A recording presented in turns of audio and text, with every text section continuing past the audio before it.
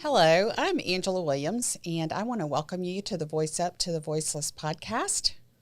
And I'm Crysta Marshall, and thank you so much for being here with us today. We're excited to get into it today, right? We are. So if you're just tuning in with us, Voice Up for the Voiceless is a podcast that addresses the issue of child sexual abuse and exploitation. And that's a really, really heavy topic. What we do on a weekly basis, we release every Wednesday, is we do a number of things. Our goal is to help educate our community on the issue of child sexual abuse, also to allow survivors a safe space and a platform to be able to share their stories, share their journey, share their healing. Yep. And then also we interview experts in the field. And in doing so, you can learn more about the work that's being done. And hopefully that too will speak into the lives of survivors and to healing. And then, of course, prevention. We would love to see a vigilant society that understands this issue on a deeper level to be able to protect the next generation of children. Absolutely. Yep, that's great. That is great. So speaking of children, that kind of leads us into what we're talking about today, right? Yes. We are actually going to go right in and start talking a little bit about what it looks like to reclaim your childhood from child sexual abuse. So I don't know if you want to kind of go ahead and dive in, or what are you thinking? If you're tuning in for the first time, I'm a survivor. I suffered child sexual abuse at the hands of my stepfather for 14 years. So that was a very long time. It started at age 3 and it didn't end until age 17. So my entire childhood was stolen. Mm-hmm. I really walked through life feeling very heavy. I had a heavy heart, always on guard, obviously, from fear of being abused again, and then on guard because you're carrying this heavy secret, and you don't want to show any signs of the secret. So you really do lose your childhood. And I didn't really have a safe person to tell. Tried to tell in a number of ways. And obviously if someone had seen my behaviors, they would have suspected that something was seriously wrong. But many people don't know how to see those signs. They don't understand those signs. So I think I'm very passionate today about this topic of reclaiming our childhood because what was lost can be reclaimed. Absolutely. And I think that that's one of the beauties of, like, again, as we always talk about who God is, he is such a redeemer. And I think it's so important for us to be able to lean into who he is, to figure out what it looks like to really absolutely just reclaim those things that have been stolen. You know, he turns ashes into beauty.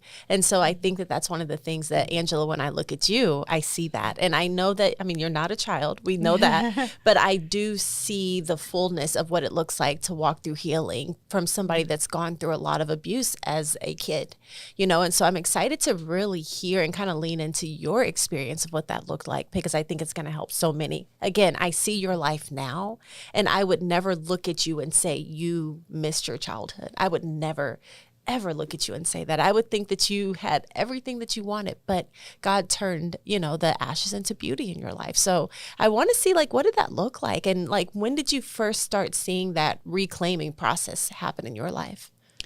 Well, it was in the beginning of my healing and through some therapy. That was really important to go back. And one of the things I loved to do as a child is I loved to color.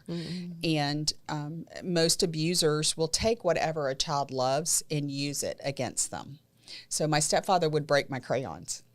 And if I would used to try to sneak coloring books in my book bag to take them to school so I could try to color at school, and he would take my coloring books and rip them up. So having to share that memory, and then having the advice from the other side of the table to say, well, you need to start coloring again. And just something so simple as a coloring book and a crayons just brings me joy.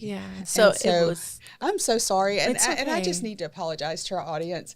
I'm just off today. I've lost a really dear friend this morning. And so I'm struggling. And thank God that I have a voice that I can share my feelings. And that's one really tough thing in your childhood. When you stuff down that pain and that fear and those feelings, it becomes a habit. So in adulthood, I've tried to make a habit of telling people how I feel. And if I'm not having a good day, and today I'm not having a good day. So I just covet your prayers right now. And don't want this mascara to be running down my face, because that'll be really funny. But I just, I'm pushing through, because I know this is God's work. And I know that survivors out there need to hear from us on a weekly basis. So I'm going to push through. But if I'm a little off today, I just wanted to let you know why. So coloring, reclaiming, you walk around with a heavy heart. So doing things that lighten your heart. And year after year, I would try to give myself permission to go do something silly, like go to a park and swing.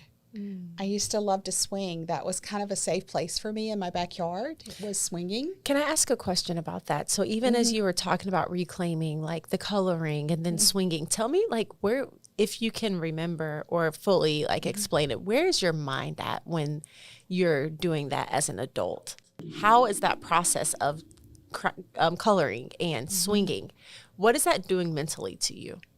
Mentally, I think it's going back and reshaping those memories. I think it's and neuroplasticity is a process of kind of changing your mind, changing your thinking, just restoring what Satan meant for evil, what the devil wanted to try to take from me, is me as an adult saying, I'm in a safe place. This is a safe time. This is a coveted time. And I hope what we're doing too on this podcast is offering safe space for a survivor to really sit and think about their healing and think about what they can do to go back and reclaim that childhood. I've done things so silly as just stand in the rain and just letting the rain wash over me. Just laughter. Laughter is healing. And we lose that ability to truly laugh and connect with that silliness inside as a child when we are abused, and especially for so long. So allowing yourself permission to be silly and to surround yourself with people that are supporting your healing and in supporting those moments that you need to be silly. That's so true. I've seen, even in adults, from my clients and even my own family members, that the laughter piece isn't there. They're not laughing. You know, I'm silly, so I'm always laughing.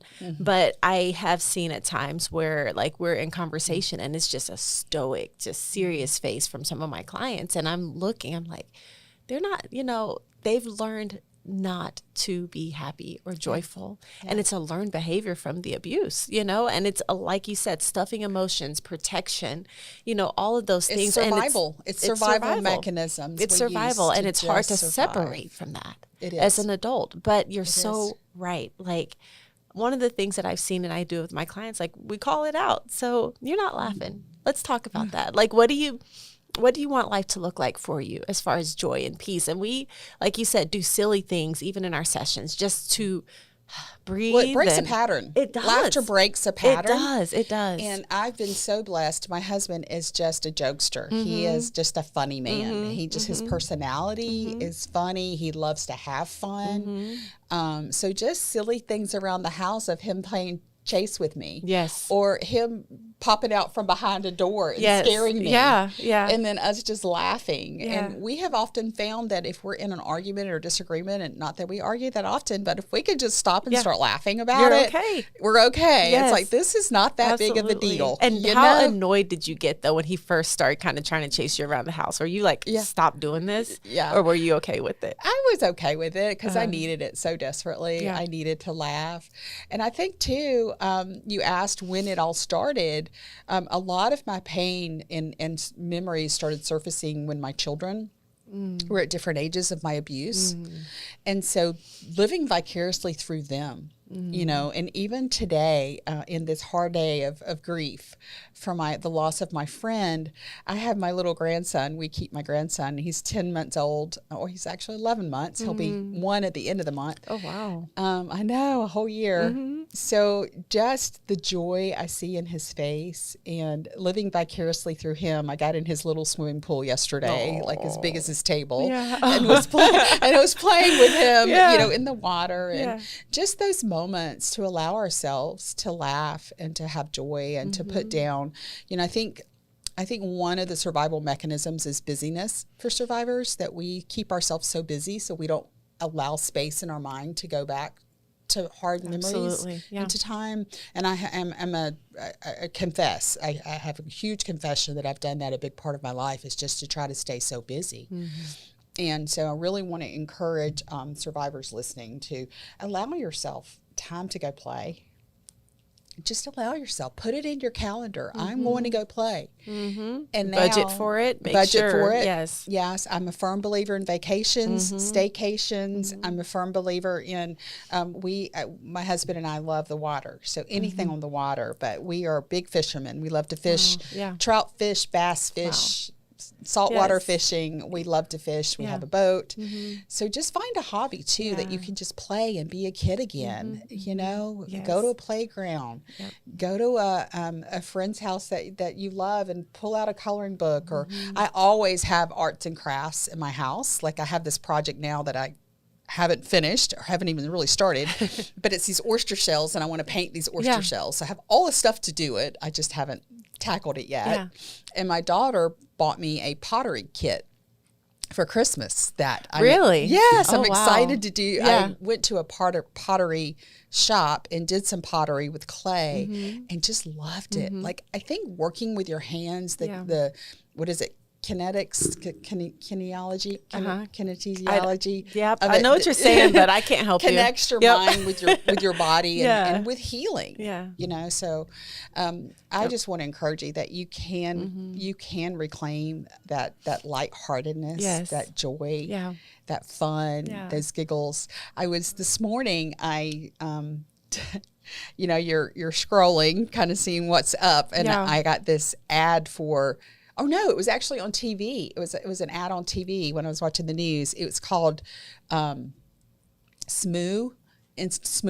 Institute. Have you heard about it? So it's basically where you go in Atlanta. It's in downtown Atlanta, and you play with slime. Yes, I have heard of that. It looks like the coolest place, and you actually can go in, and they put a wetsuit on you, and the slime actually falls on you. And I wanted to get slime so bad.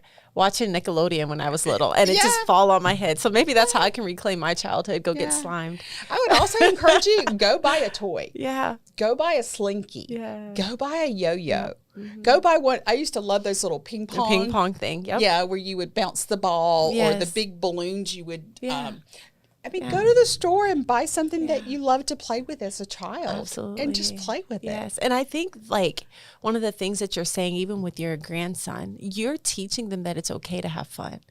So many times we're teaching our kids a pattern of work and this, and it's like so rigid, because that's how our schedules are. That little fella doesn't know how to do anything else but have fun. He's been with grandparents for 12 months. That's all he knows how to do. And that's good, because sometimes when you break up the monotony, especially as parents, and if there's single moms out there that have gone through sexual abuse, you will easily teach your kids how to just survive if you're just surviving, and that's all that they know. So it's another generation of a lack of joy that's being stolen from a kid because of someone else's sin that happened to you. So it's so important, especially when you do have kids, to do things with your kids. Go outside with them, run around, play. You need that as a single mother or as a mother or whoever it may be, but your kids need it too. So start teaching them things like Angela was saying, paint. Go outside and paint. Put the sprinklers on. Let them run in the round of the sprinklers. Get in the pool. Whatever you can do. Chalk. Whatever it is. Like, the mess will clean up after. Like, you taught me that. Like, the mess. It'll be there. It'll be there. Just clean the mess up afterwards. But your kids, you're making memories so they can also have a childhood too. So I think we're in a very kind of slave-driven work ethic society. Yeah. I love to travel to Europe because everything shuts down between like 3 and 5. Yes. That's their Yeah. siesta. Yeah. Like, don't expect to go find anything to eat Yeah. during that time, Yeah. or Yeah. all the Yeah. shops are closed. Yeah.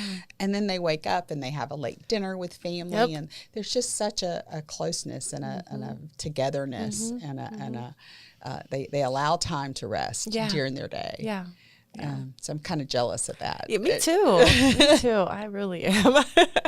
Yeah. So. But you asked when it didn't happen overnight, and I think it was some good therapy, and it was some good, I was brought up with a very strong work ethic. I was brought up to, the part of my punishment was really doing some very difficult chores.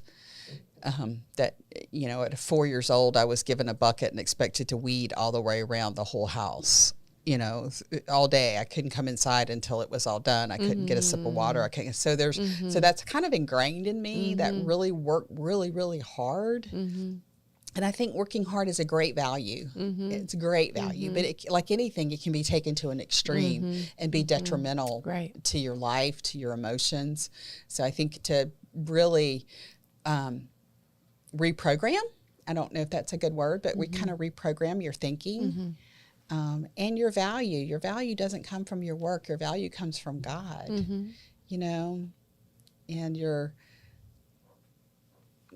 I don't know. Yeah. Yeah. No, I understand exactly what you're saying. Just making sure that you're keeping the main thing and the main thing. And like, even when you walked in here this morning, Angela, you were like, life is so short, and the world will bring tribulation. It will bring trials. It will bring hard stuff, hardships. Had such a tragic week. It's been a lot. It's been a lot. Loss. And that also, in that, you can still have peace. You can still have joy. And that's the thing that, like, even when we kind of prayed together this morning, just peace and joy, laughter, love, even through the hard times and even through the hard memories, even through thinking about the sexual abuse that might have happened when you were a kid. Like, there is so much peace through this process when we have our eyes focused on Christ, because we know that there's so much more hope and there's so much more past the hardness right now, And if you're a survivor and you're listening to us right now, Crysta and I are here specifically for you. We're here because we don't want you to waste another day in pain and turmoil and suffering. We want you to heal. So every show that we do, we painfully think about what topic would help a survivor heal. Yeah, absolutely. What do they need to hear? So I hope you hear our voices today. If you feel like you've lost, like it's gone, your whole childhood is gone from the abuse, I'm here to tell you that you can reclaim that joy and that lightheartedness and that silliness, and you deserve it. You deserve it. And the enemy wants to keep you bound. He wants to keep you in that pain, and we want to see you free. Yeah. Absolutely free in every area of your life, including your childhood. And I'm so sorry. And if you've never heard this before, I am so sorry that it happened to you. And I'm so sorry for that inner child, that little boy or that little girl that suffered. But it's time that their suffering ends and that they get to play. Absolutely. That's true. That is true. And I guess before we kind of begin to wrap, one of the things that I think about that gets taken from children is the purity of their minds. We talked about the joy and the laughter and all of those things, but the purity, that's one of those things that I see a lot of times with the clients, is that the way that a kid might play with other children or, talk or see life, it can be skewed based on the sexual abuse that they've been through. And that's one of those things as well that can be reclaimed, is the purity of your mind. So you don't have to see life through sin or sex or this person or what they can do or what they have done to you. You can see life through peace and through joy as well, once we start working through that healing process too. I love what Jesus says in Matthew 18:3. He says, unless you become like little children, you will never enter the kingdom of heaven. And he wasn't talking about immaturity. He was talking about trust and joy and wonder. Just that childlike wonder. Yeah. So we've got some steps, some practical steps. We always like to kind of leave you with some nuggets. So I'm going to share some of these and we can just kind of unpack them together. Yeah. But I loved the first one so much is create a joy list. Like create a list of things that make you happy. Create a list of things that are fun, things that you love to do. Yeah. And then schedule them, like put them in your calendar and put them in your schedule. The loss of my friend today, the first thing I want to do is reach out to friends and say, let's get together. Wow. Like, let's go play. Let's go do something. Because time is so precious and you don't know. She was fine last week, like a week ago. And then she went down Tuesday. And that was it. That was it, Wow. last Tuesday. So we don't know. We don't know. We're not promised tomorrow. So we got to make the most of today, and we've got to think the most of our healing journey and expedite it as best we can to get to that place of peace and that place of joy. So what's one thing that would be on your joy list? Oh my gosh, traveling for sure. Traveling? For sure, traveling and family vacations, couples vacations, being with friends, being with people. You realize that is the most important thing, the relationships in your life. Everything else doesn't matter. So the ones that are important to you, you want to spend time with. So that would be mine. What about you? I would say the same. I love to travel, and I love to cook, and I love to just in my joy list is to be by the water, any kind of water. Yeah, So I just agree. give me the beach, give me the lake. Yes. Give me a pond. Yeah. Give me a pond. stream. Put a fishing pole in my hand. Yeah, you're good. And I'm a happy camper. Yeah, good. The second one is use your senses. So there are things that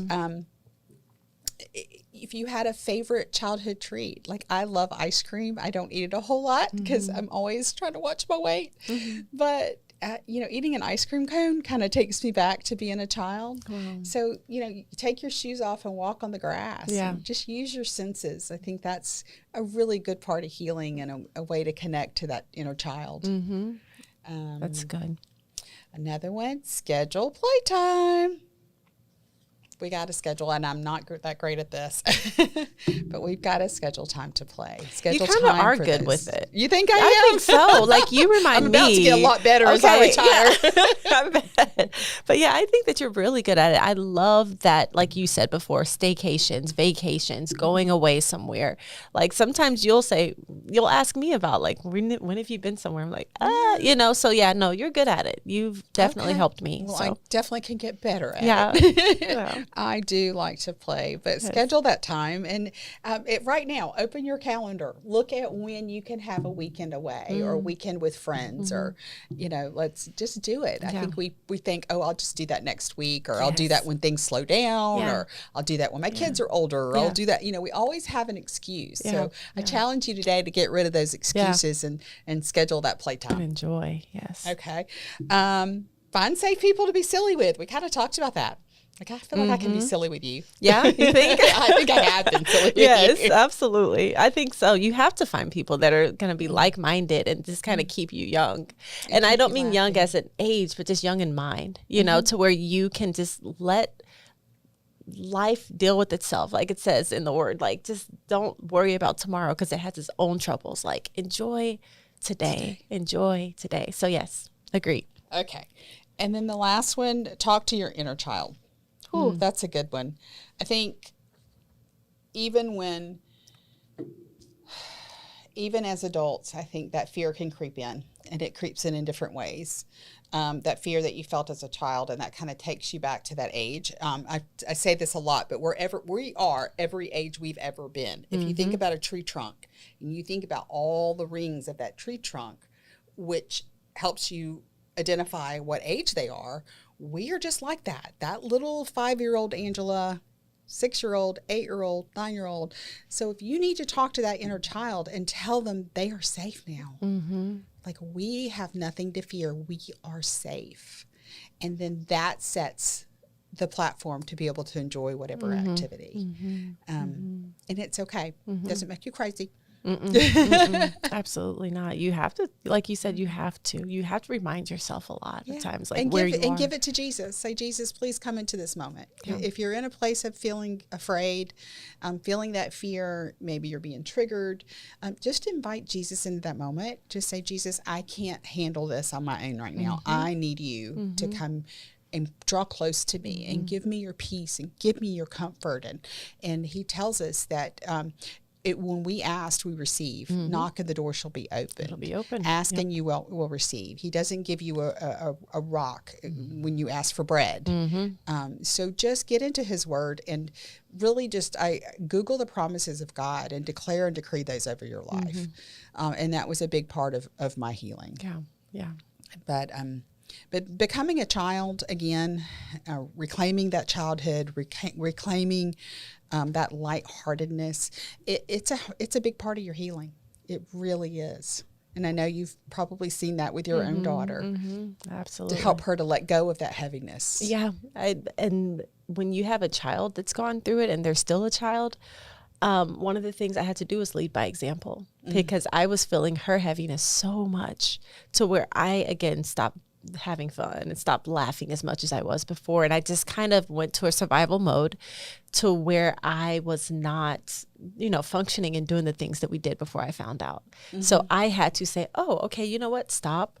Let's go get ice cream. Let's go get a donut. Let's go to the zoo. Let's do these things because we were always do that stuff before. But because I was feeling so much of her heaviness and the trauma that we were going through to help her stay safe, I stopped living. So then she stopped living because she's 4, 3, 5. And it's so time consuming. It's completely time consuming. So everything dealing with the whole topic, the whole issue, from the time it takes for counseling and therapy every week to the time it thinks if you're going through any kind of legal system, to the time that it takes to just care for them. Help them through their triggers at home and all of that stuff. It's a lot. So what advice would you give moms out there whose child has been sexually abused? The first thing that I would say for a mother is make sure you have a space to process too. Because one of the things that we do as parents is that we hold it all in to be strong for our kids. So instead of doing that, have a space, whether it's therapy, whether it's a friend, somewhere where you can just kind of release, you can cry, you can process through everything. I think that's number one, because if the kid has a strong parent, and strong doesn't mean not crying, strong is being able to, like, having the capacity to process through, right? If you're a strong parent, your kid is going to get through this so much easier than if you aren't processing. So being there to be able to process, being there to be able to be present when your child is having an emotional response, whether it's anger or frustration or they're acting out or whatever it may be, like, you have to be able to have the capacity to help reshape the way that they're seeing life too. So mom, dad, if you're a single parent and you're walking through this or not, like, you have to make sure that you're taking care of yourself. And then the second thing I would say is keep home as normal as possible. Okay. So you don't have to overdo it or, everything go to where you're not doing anything. Make sure that you're keeping home the place that the kids know is safe and the place that the kid know is a fun place. This is a place of safety for me. So you want home to be just as it was before, but then also have a place to be able to allow your child to open up without all the questions, without the bombarding when your child is talking to you. Just let them talk. Yeah. And if they have something that they want to say, receive it, write it down. You might need that for the legal process, but, again, you don't coach. So tell me more. What is there? Is there anything else on your mind? If they don't say anything else, be okay with that. But just be there for your child and let home be what home was before you found out about anything. The world doesn't have to turn upside down because you're going through trauma. It can be contained with peace and love with your child once you making sure that you're consistent. And I would just like to say, and I've been in my place of being so self-consumed with the trauma and the memories and the healing, and so self-consumed that I really want to encourage you that the abuse is a part of your life. A small part, if you think about it. It's not your whole life. Your childhood is a small part of your life, not your whole life. So put it in perspective that you survived. And now your job is healing. But don't let it consume you morning, noon, and night. And for so many survivors, it does. Yes. So we'd like to hear from you. We'd like to hear how you maybe scheduled some playtime, what you love to do in your playtime. And I promise you, as you encourage us by commenting and sharing, but you also you encourage the community that we're building, and that's a community of survivors. So we just want to thank you so much for tuning in with us. We want to thank Mesmerize Media for making this possible. And we want to encourage you, if you'd like to sponsor our show, please reach out to us. We need your help to continue this challenging work that we're doing. Absolutely. So For sure. Any ending thoughts? Enjoy your life. It's too short to let any trauma overtake it. Enjoy what God has given you. And again, you will have trouble, but God has overcome the world. So just enjoy, walk through the processes, whatever it takes. But I think that's all that I have. And just, allow your inner child to help you grow and develop into who God has called for you to be. So, and as I've modeled today, share how you're feeling. Yeah. We often get our voice taken from us when we're survivors of child sexual abuse. So part of reclaiming your childhood is reclaiming that voice, that inner child to speak how you're feeling. Yeah. So we thank you so much for tuning in. I'm Angela Williams. And I'm Crysta Marshall. And we'll see you next time. We'll see you later.